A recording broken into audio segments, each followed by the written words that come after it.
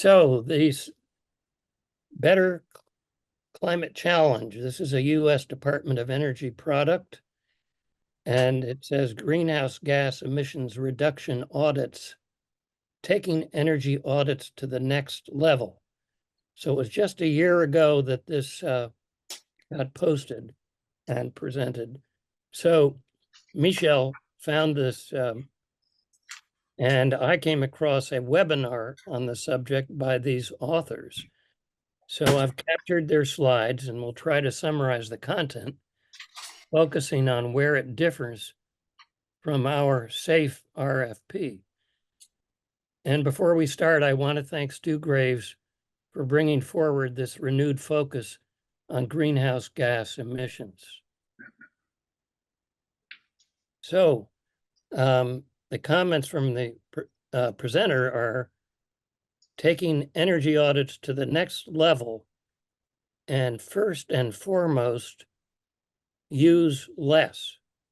Energy efficient first, the old Amory Lovins mantra. And quoting, we want to build our experience with energy audits and leverage them to reduce greenhouse gas emissions. So what is a greenhouse gas emissions audit? And just note that many of the same things that are included in our SAFE audit or ASHRAE 211 are included here. And you can see I've circled that in red. Another difference right away here is the inclusion of scope 2 or indirect sources like imported power from utilities. So here we have the differences highlighted. And there are two columns. One is the energy conservation measures, ECMs, or energy efficiency measures, EEMs.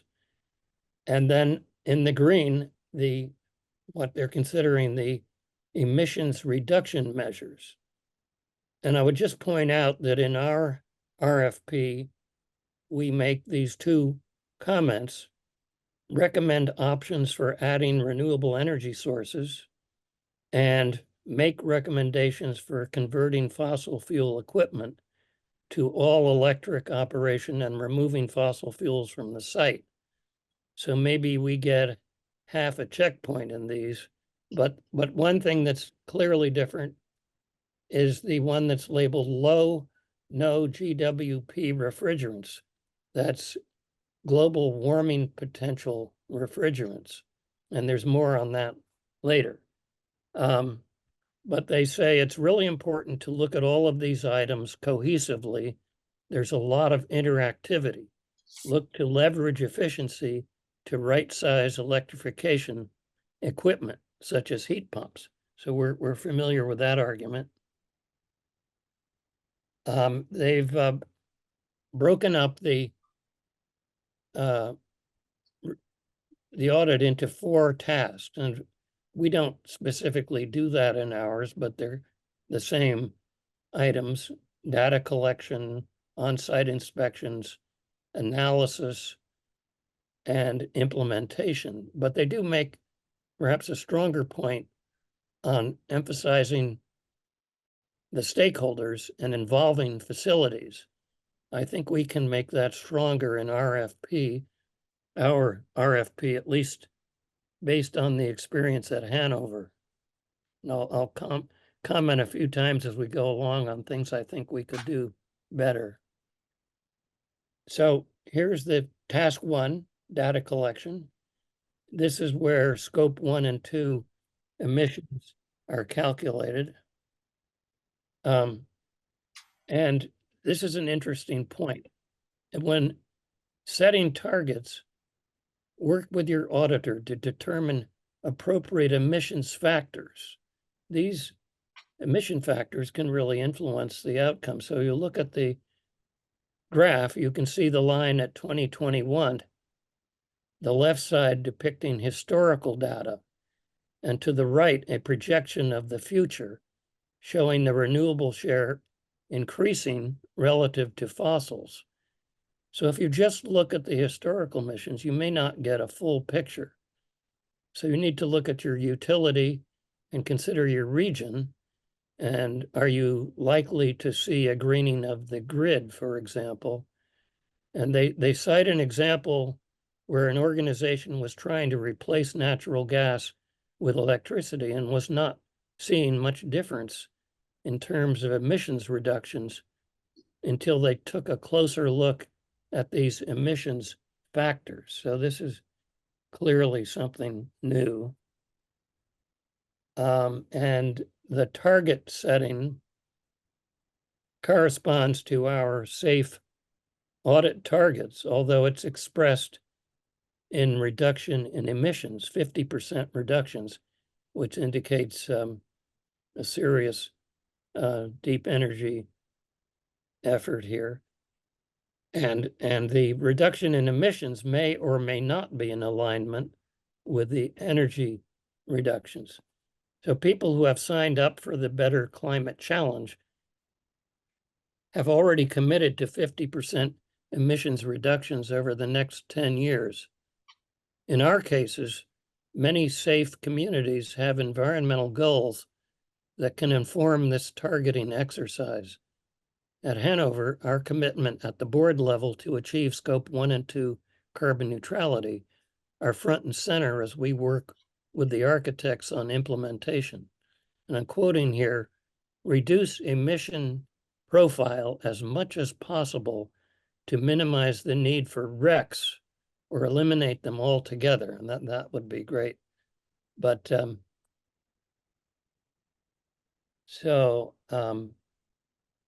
next slide is, we're on to task 2, on-site assessment. And many of these are familiar and the focus of the SAFE audit. But there is greater emphasis on electrical service assessment. And we'll talk about that in a minute. As is, there's a discussion of combustion equipment phase-out strategies.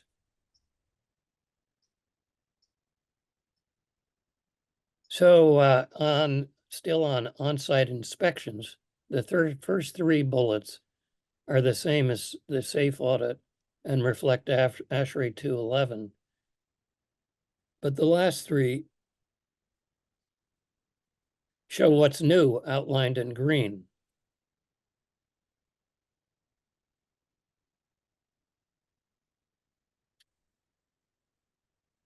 Still on task 2, this is a very interesting, I think something, it's a place where I think we could strengthen the SAFE audit based on the experience that we've had at Hanover. And that is to place more emphasis on engagement with facilities, staff, and administration people who are involved at this midterm stage to make sure everyone's on board with the goals and recommendation before they leave the campus and go off and do their assessment. The first 2 are reporting on existing conditions.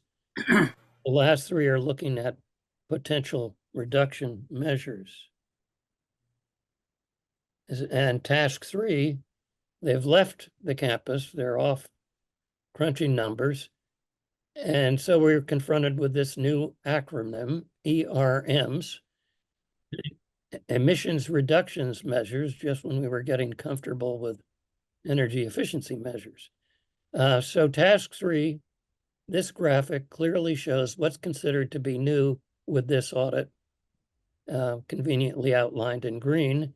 And down on the bottom, quoting from the presentation, the new piece we have here is to show the emission savings for each of those measures so we can evaluate not only the things that might save the most energy, but also reduce greenhouse gases the most. A boiler room, looking at efficiency. This is all familiar stuff, except perhaps for a stress on energy management and information systems. If your campus does not have one, it's much more difficult to get the relevant data. The they're calling it the Energy Management Information System, EMIS, will enable you to track improvements and provide detailed troubleshooting information. It's much more useful than just looking at energy bills. I don't believe the SAFE RFP has this recommendation or mentions tracking. It's something we should consider. I can't resist showing this slide of the boiler room at Hanover. Why is 2030 important for Hanover? What a date. How serendipitous is that? This is actually driving the electrification heat pump investigation at Hanover more than any goal setting. This is a really fortuitous date. So look to your capital improvement plans and any significant replacements that may be hiding in plain sight. So here's a more clear difference from the SAFE audit and fugitive emission reduction. I love that. Emissions reductions measures. Find and plug leaks from refrigerants. Explore options for using low global warming potential refrigerants. The best being the little green box on the right, that's CO2. Demand is predicted to surge for the CO2 option, and I think by the time many of us are ready to go for heat pumps, it'll be more widely available. We heard from Vassar Bird that her Rose Villa project was using CO2, if I'm remembering that correctly. We should ask her about that, but this is a big one.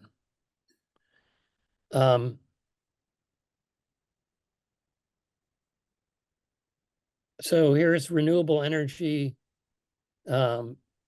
Begins with the assessment of on-site renewables, which is included in our audit, but maybe could be emphasized a little more, that we should really scour the site and see if we can have a good renewable program going. Note this separate consultant here, that's what we're doing at Hanover, which is still a work in progress. But here's a renewed emphasis. This is the time to assess electrical capacity. Do you need to upgrade electrical service for solar installation and future electrification loads, such as heat pumps? For example, at Hanover, we're already behind the 8 ball as far as the codes are concerned. We know we have to upgrade, but we should consider all these future loads. And here's another added concept. Combine with storage for additional resiliency. I think this might be added to the SAFE RFP. Electrification, underlined in red, points out a problem with the SAFE audit, I think. I think we need to specifically call out cooking and laundry equipment.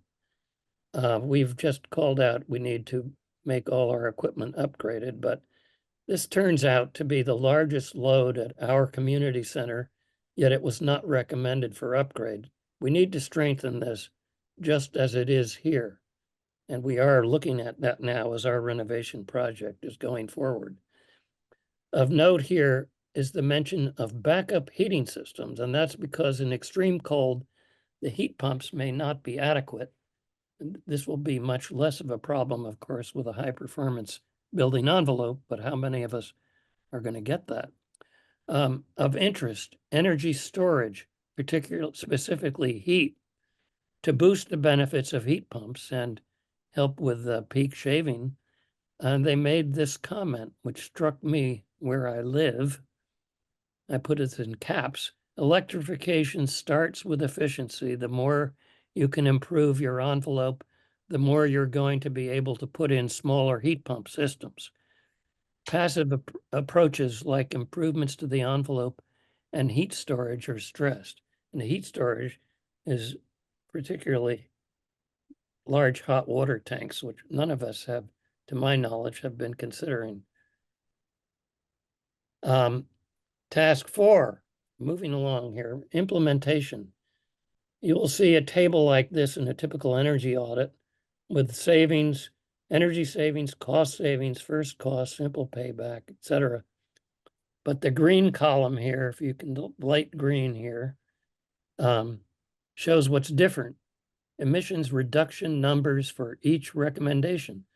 The magnitude of emissions savings may correspond to the magnitude of energy savings, but it may be different. And I really wish they had given an example of differences here. A note on the right, there's a phasing column, which is something we'll talk about more. As the presenter says, all eyes go first to the simple payback. How can I reduce those first costs? And as we've often said, what is the cost of not doing it? First costs may not include certain things such as end of life. What if I have a boiler replacement coming up? Which we do. Are financial incentives included, federal and state? Not mentioned here is the social cost imposed by climate disasters. Why not? A lot of people are working on this, and the fossil fuel people don't like it. Also, increase on-site solar wherever possible, which will improve the ROI. To me, all of this speaks of a life cycle cost analysis, and I'm wondering why it is not mentioned. So we're getting near the end here. Low emissions packages, well, there are several. The first one only is the low-hanging fruit, only achieves 10%. The second one, there are two here showing 50%.